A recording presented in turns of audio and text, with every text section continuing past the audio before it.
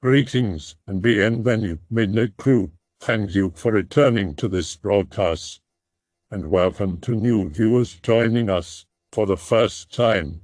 If you like a video, then feel free to subscribe. What's the longest you've been awake /x/? How bad did it affect your body? And general Insomniac thread. Stories and pics appreciated. 5 days.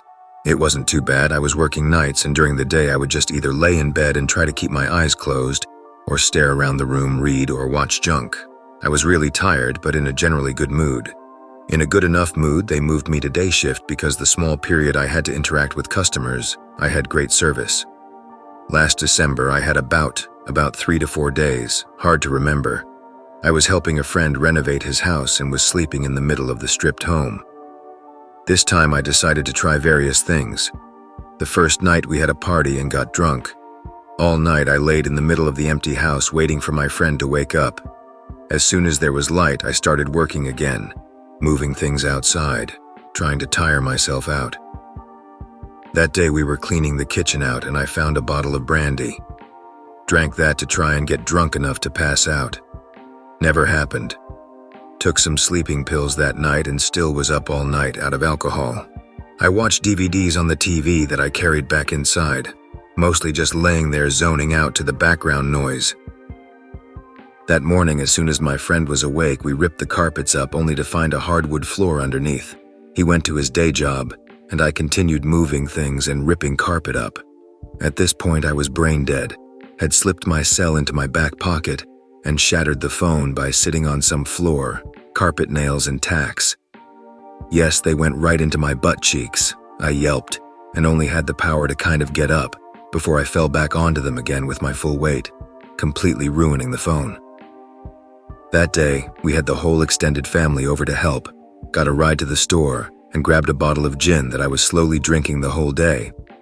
By this point, I'd given up on actively trying to sleep, and just planned on wearing myself out.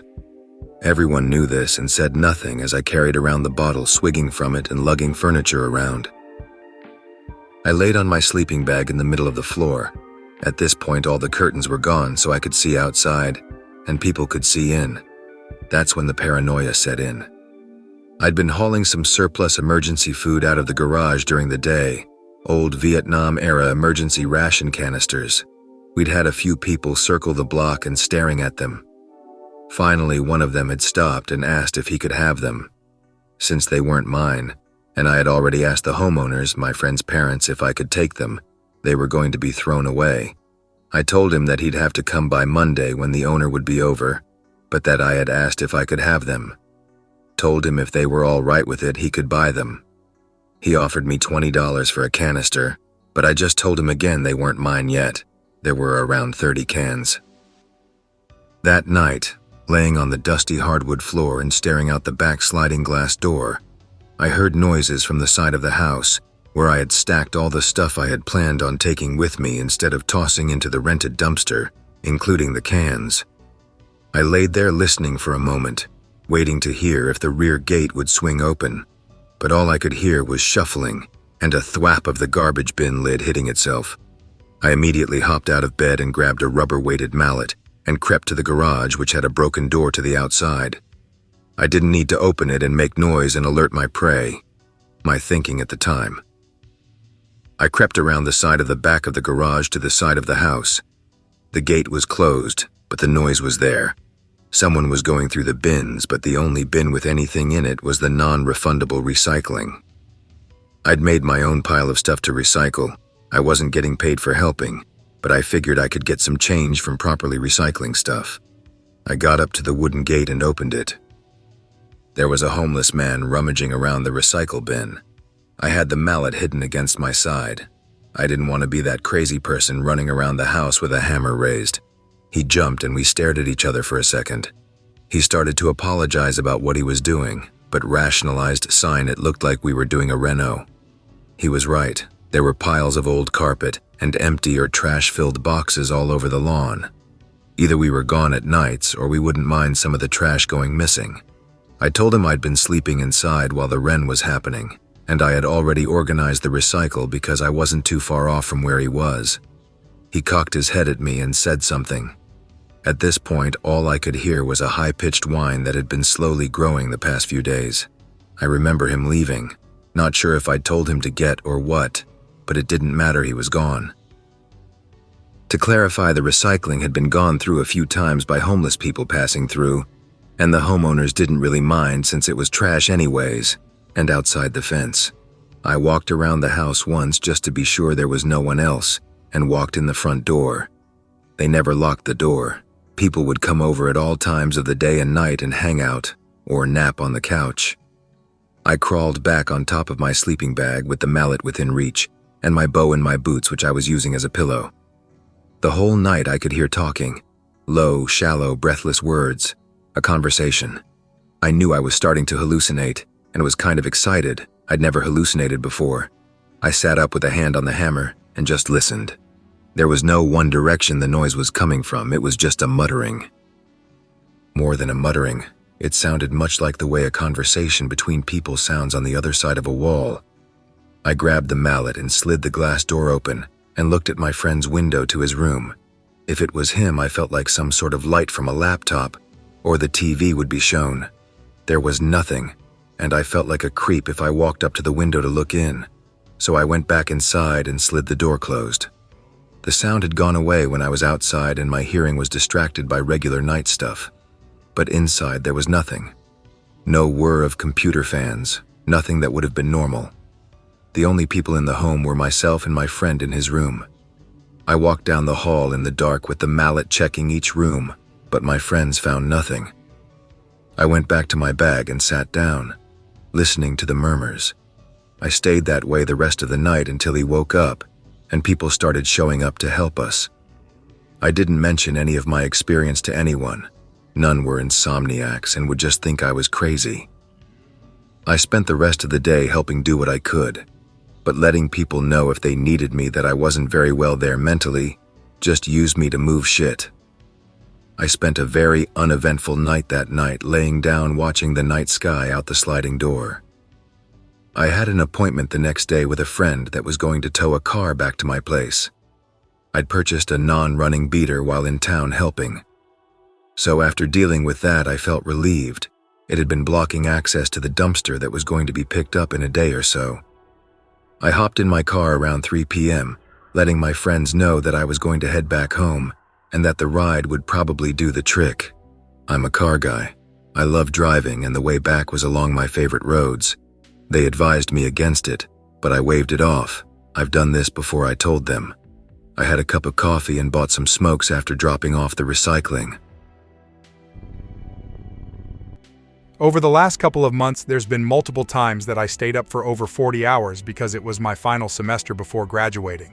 After around 25 to 26 hours, I get that I'm awake now and nothing will make me sleep feeling until I actually get into bed. As long as I don't get into bed, I can usually stay awake without issues for up to at least 2 days. The longest I ever stayed awake was close to 5 days when I was younger. I still don't know how I stayed awake that long, but my cousin and I did it while playing Phantasy Star Online on the Dreamcast when it first came out.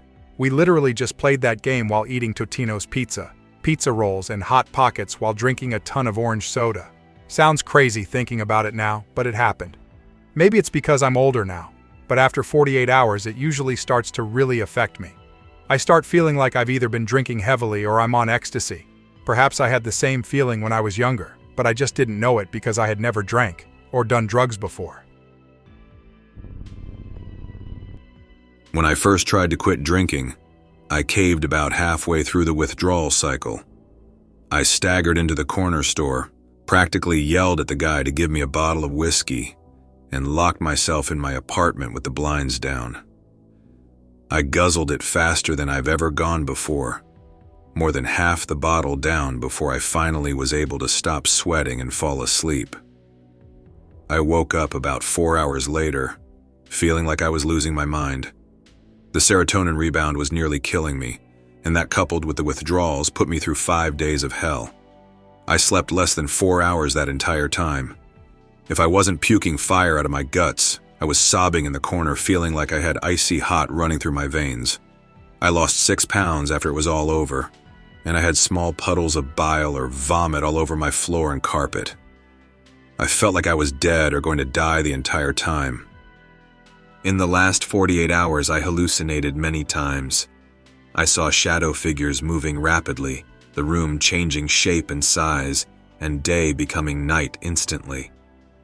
The most terrifying for me was an elaborate dream hallucination in which I was surrounded by a crowd of Victorian-era people, all trying to rush past me. I was so ill, I couldn't move or even get up. I was screaming for help, but my neighbors never called the police or anything, so I can only assume I totally imagined this. It was a living nightmare. It's what convinced me to go to my family for support and go through withdrawals with medication the second time. I've been sober for 2 years, 3 months. Around 60 hours. It was the weirdest feeling. No drug I've taken compares. Kinda started because I took a red eye from California to Connecticut. Didn't sleep the night prior. Got in around 7 a.m., did a bunch of family stuff that day, then had a work Christmas party that night. Up all night partying, then continues the next day. It had cycles of holy shit, I need sleep now, then a burst of energy, then the point where you can't sleep. I was definitely hearing things, like people calling my name. I don't think I was seeing things, but I needed to focus to listen to anything. I was zoning out during conversations. When I finally crashed, I slept for over 24 hours. I've had multiple 48 hours with no sleep, mostly due to drugs, not coke or speed, funny enough. I don't mind it. I kinda enjoy the feeling in a way. Family doesn't appreciate it though. Around 3 days, I worked the midnight shift in a factory and pulling overtime at every opportunity so I can actually save up some money for me and the wife. Wake up in the morning on Sunday, maybe 8 a.m. to 10 a.m. range, and spend all day with the wife. Work starts at 7 p.m. tonight. Decide, fuck it. I don't need sleep. Work until 7 a.m., get home, tired, but I've got shit to do, so I do those errands all day. Work starts at 8:30 p.m. tonight, stops at 7 a.m. By this point, I'm getting loopy, and since it's factory work, I'm on my feet the whole time. Add on to this, I don't drink coffee or anything with caffeine really, nor do I smoke. Extremely tired. At this point, it's Tuesday, and I've been up since Sunday. I can barely stand as I leave the factory.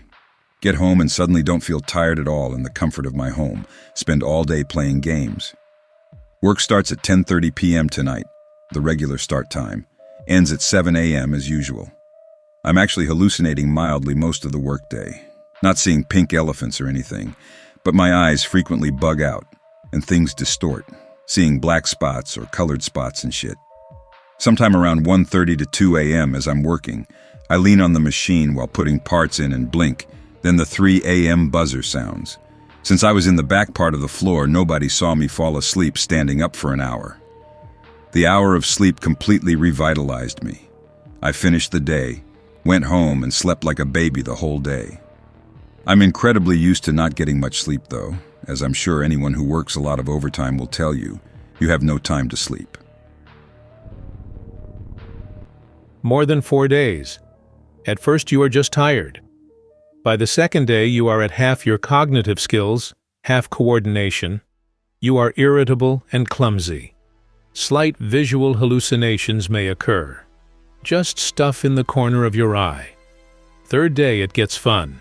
Random muscle cramps, visual impairment in that you can see as far or focus as well. You also hear things like you are cupping your ears. You can hear things, but it's hard to tell from where. Also not helping, auditory hallucinations also occur. Basically thumps and whispering. Fourth day, your blood feels like maple syrup. You can move easily, but if you hurt yourself, pain tolerance goes up a lot. This is the time you realize sleep does so many things. You realize that you are actually fatter, or at least softer. You can't get a noticeable tone. Also, I look like hell and can't move. Fifth day. Well, I locked myself in a dark room without a phone or anything. At some point the noises stopped and I slept. I was in the woods with a bunch of friends when I was 15 or so. Stayed up for all 4 days. Lots and lots of monsters and Red Bulls keeping us up. Around the second night, I started noticing mild hallucinations, like believing that the tree line formed a wall. and the cloud cover started to look like a solid ceiling. The third day wasn't bad once the sun was up, because the daylight made it easy to recognize what I was seeing. Little things in the corner of my eyes, like thinking a garbage bag was a Klansman. The third night got really weird, watching trees move around, seeing little gnomes dancing in the distance. I still had the presence of mind to know I was just imagining it, though. Made it to noon on day 4, and passed out on the drive home. I work midnights as of a couple months ago. I regularly go 40 to 50 hours without sleep, or a couple hours of sleep. After about 18 or 20 hours awake, the confusion sets in and really needing sleep. Around 24 hours awake, I do get my second wind. I feel zombie-like, but do have some energy and can get tasks done. However, still confused. I lose my train of thought easily, get distracted, and can't focus worth a shit. Around 30 hours awake, I just turn into a useless, distracted, tired lump of shit. Routinely staying up way longer than I should. Used to have a normal sleep schedule, sleeping 8 hours at night. It has caused me back pain, and my skin to break out bad. I'm 22 years old, and my skin has always been perfect. I also feel like shit frequently, and I'm constantly tired, even after having a couple days off to sleep like a normal person. Yes, I have stretched my mind out for days on meth. I've never passed about 7 or 8 days, and I've never had full-on detailed visual hallucinations. I've had a lot of shadow figures darting this way, peeking around at me, things out the corner of my eyes, walls, breathing things starting to move that aren't moving, colors, swirls and such. I've had a lot of experience with LSD in my younger days, so I know that what I'm seeing is a hallucination, and I don't let it bother me. I just enjoy the show. What's worse for me is the audio hallucinations, weird noises, voices that I hear but I just can't make out what they are saying, but maybe a word here or there. A light breeze through the trees, an airplane passing overhead. All these sounds are like things trying to sneak up all around me till I get to the point that I go inside. Turn anything that makes noise off TV, stereo, air conditioner, fans. I've even unplugged the fridge a few times and sit in silence trying to see if I hear the things I think I hear. The more real things making noise I'm around makes me hear a bunch of not real noises just underneath the TV volume or whatever. The quieter it is, the quieter the audio hallucinations are yet. This is when I come closer to making out what voices might be saying. And I can also tell if it's a hallucination better in the quiet. If something is on like TV, I can't tell if I really heard a car pull up the driveway or someone calling from the next room. I don't sit there like a mute or nothing, I'll talk and shit. Just no extra noises. It aggravates the wife, but she has her quirks too. After about 3 days, she starts becoming more and more convinced that someone has hacked into her phone, and she will spend hours and hours going through everything trying to figure out how it's being done, or changing passwords, force-stopping apps, erasing this or that, looking at all the files, changing codes around. Has no idea how to write code at all. I have no idea how her phone even works. Usually it doesn't get to that point till after the 5th day, so up until that point it's not a problem if I get that fire-ass dope. I make her hide it from me at the beginning of the 4th day and catch at least 5 or 6 hours of sleep that night, and I don't get to that point. It's not scary or anything, just aggravating when you can't tell if what you're hearing is something you're really hearing. Hell, sometimes it can even be cool, like after smoking some dank weed when it's going on. I'll hear faint music, anything from unrecognizable elevator music to perfect Pink Floyd instrumentals, even stuff with words sometimes, but I still can't make the words out clear. I accept it as hallucinations. It's only freaked me out a few times. I'd much rather have this than the thing some people do about thinking they drop some and start looking for crumbs here, there, and everywhere. I watched a guy the other day digging in his pants pocket, pulling it inside out, then back feeling all around in his pocket, then pulling it inside out again over and over for an hour and a half.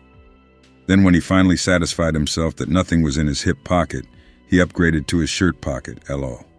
We left before he started digging in the couch cushions, but I guarantee that's what was coming next. For some reason, people that used to be crackheads back in the day are really bad about this. I've watched many do it, looking in rooms where they wasn't even doing any dope in or hanging out in. Everybody has some kind of quirk or tweak after several days on a meth binge, I guess. Something between 63 and 74 hours, I stopped counting. It was amazing. I was hyper, which I usually never am. I tend towards extreme lethargy. I was seeing everything as if anew. Spent 2 hours looking at a tree because it overwhelmed me to see its energy creeping through the body and leaves. These days, after having taken my first hallucinogenics, I get what I call the written matrix. It kinda looks like the green code thing from the Matrix movie, but consists entirely of ancient writing bits and pieces. Anything from archaic Uruk 3 cuneiform to Ugaritic and Moabite. It all changes depending on which surface I look at, and whilst it would be really awesome if it had any deep intrinsic meaning, I suspect it's because of my job, and not because the world actually consists of my favorite scripts keeping reality flowing. Looks amazing though, and always makes me incredibly happy just sitting there and looking at stuff. Good day /X/. Woke up this morning after a weird dream, so I wrote a short story about it. Keep in mind it's my first story, and personally I find the plot somewhat meek. But well, that's just how the dream went.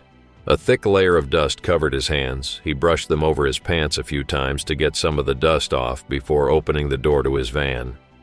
Once inside, he pulled down the sun visor and looked into the little built-in mirror. He was pretty dirty, as per usual, he thought to himself. The drive home wouldn't be too long, and after that he could take a shower and freshen up. He wasn't too fond of the shower. It was old, rusty, and the water it sprayed was never quite enough to cover more than half of his body. When he got home, he could smell the food on the stove, and he heard an all-familiar voice yell from the kitchen, "How was your day?"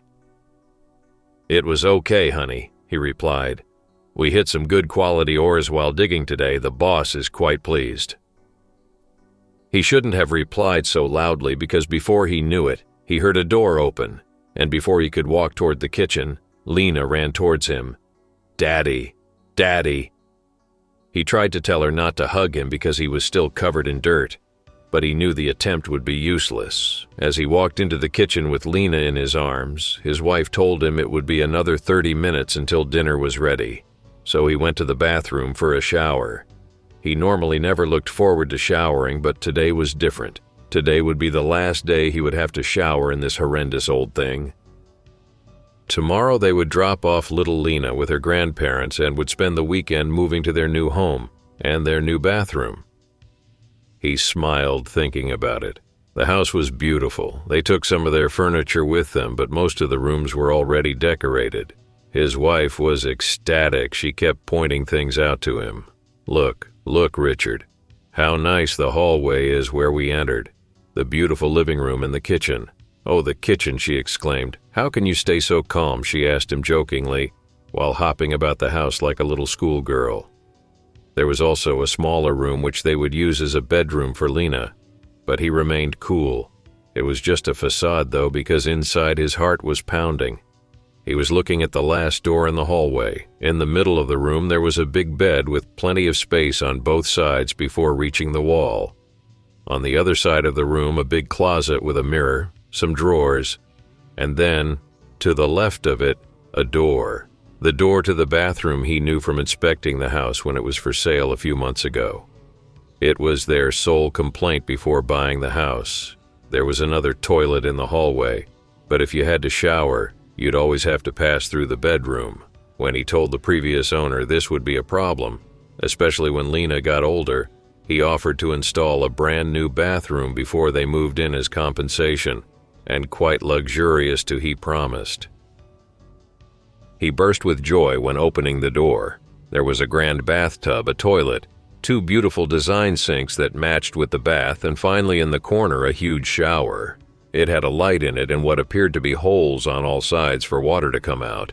If it had been up to him, he would have jumped in then and there, but his wife called out for him to help carry some of the stuff inside.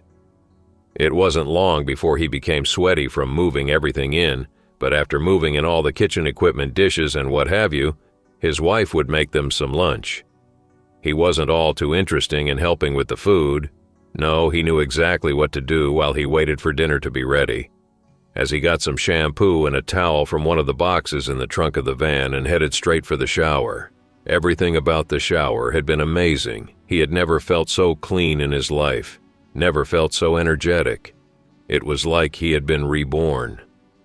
When opening the door to the bedroom, he felt like a little kid again. He put his back against the wall so he could see the bed in front of him. He pushed himself off with his feet, ran a few steps, and then jumped. He wanted to jump over the bed, but he wasn't nearly as agile. He came down halfway on both feet. The bed was firm and the springs held his weight easily. They bounced him back up and he jumped off at the other side. He stood there smiling. He didn't know why he did that. He just had to. He was so energetic he never felt like that before. He opened the doorway smiling and was greeted by the smell of steak in the oven. He must have showered at least 3 times that day. The one time at dinner, after they had done moving, and one more time before going to bed. His wife had laughed at him for it. He had always complained about the shower in their old home. "If you're not careful, you'll grow tired of this one, even before you have to wash off all that dirt from the mines," she teased. She laughed even harder when he told her he'd jump on and off the bed after. Now that he thought about it, he even jumped 3 times up and over the bed the last time he showered. If he'd shower again in the morning, he'd be so energetic the move would be done in no time. He awoke that night, sweaty, the bed was soaked. He didn't remember what he dreamt about, but it must have been one hell of a nightmare. He got up for a glass of water. The terrain was still unfamiliar, but he managed to make it to the kitchen and back. His wife was still asleep. Thank God I didn't wake her up, he thought. Tomorrow was still going to be a long and hard day, and they had to get the move done before Lena arrived and the working week began again. He was sitting on the side of the bed and thinking about tomorrow when the door to the bathroom caught his eye. He didn't feel much for getting back into the bed all sweaty. No, a nice quick shower and he would feel much better. He showered for what must have been hours, hot water, cold water. He even sat down inside the shower cabin for a while, but once he got out he felt so alive, so full of energy. He entered the room, got up against the wall and pushed himself off. He jumped. He could feel the bed under him as he pushed off again and landed on the other side. He could hear a faint voice saying, "What the hell, Richard?" But it didn't register. He pushed himself off again with full force, jumping but this time not landing on just the bed. He heard a crack and then a loud scream. "Richard, my back!" he heard in cries of agony. He wanted to stop, really, he did. But he was so full of energy, so full of life. He pushed himself off and a loud groan followed by another scream followed. "Ah, Richard, please, I think I broke something. I can hardly move. Richard, please stop." But he didn't stop. The nice long shower had never made him feel alive more, never more energetic, never more than now. He kept jumping on and off the bed until the screams became groans and the groans became silent. The sun started to come up, but he was still full of energy. On and off. Sometimes the springs would push him off higher. Sometimes he'd feel a hard spine under him and he'd have to push off harder. On and off and on and off.